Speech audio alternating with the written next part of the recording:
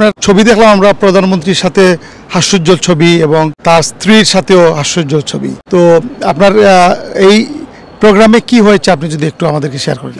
আজকে আসলে কনসারভেটিভ যে স্প্রিং লাঞ্চ বলে এটা যে হোস্টেড বাই আপনার প্রাইম মিনিস্টারের যে ওয়াইফ আছেন উনি হোস্ট করছে।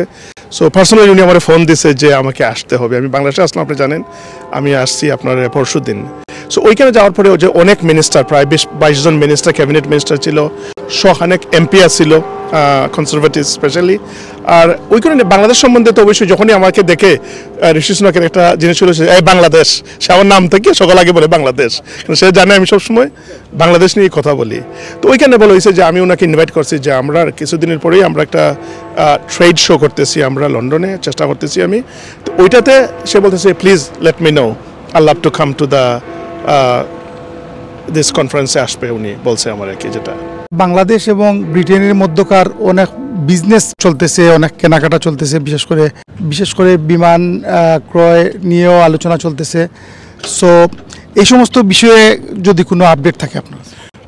আমি যখন লাস্ট উইকে বাংলাদেশে আসলাম তখন আমি যে শুনছি বা আমি যে আমাদের অনারেবল অ্যাডভাইজার সাহেবের সাথে কথা হয়েছে আমাদের ব্রিটিশ থেকে অলরেডি আমার মনে হয় আজকে অলরেডি ফ্রান্স ব্রিটিশ থেকে একটা ডেলিগেট গেছে, ওইখানে কথা হইতেছে যে আমাদের যে বোয়িংগুলো, আমাদের অনারেবল প্রাইম মিনিস্টার যে বোয়িংগুলো নিতেছেন এইটা নিয়ে অলরেডি কথা চলতেছে। আর আমি খুব আশাবাদী যে ব্রিটেনের সাথে যে বন্ধুত্ব বিজনেস ডিল এটা ইনশাল্লাহ এগিয়ে যাবে।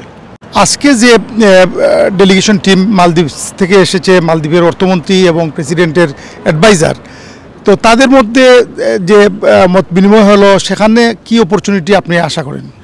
আজকে যে মালদ্বীপের যে টিমটা আসছে এইটা আমি যখন মালদ্বীপে গেছিলাম কিছুদিন আগে আমি দেখছি যে অনেক অপরচুনিটি আছে। আমাদের যে দেশের অনেক শ্রমিক ওইখানে কাজ করতেছে, অনেক কষ্টে আছে।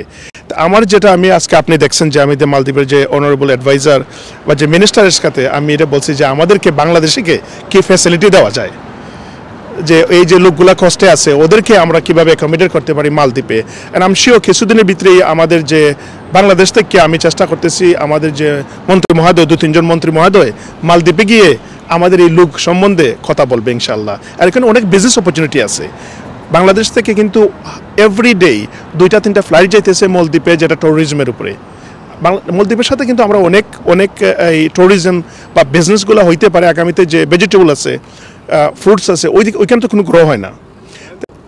এটা একটা অপরচুনিটি আছে যেটা অনেকের অন্য দেশ থেকে নিয়ে আসে, যে বাংলাদেশ থেকে কিন্তু আমরা এক্সপোর্ট করতে পারি।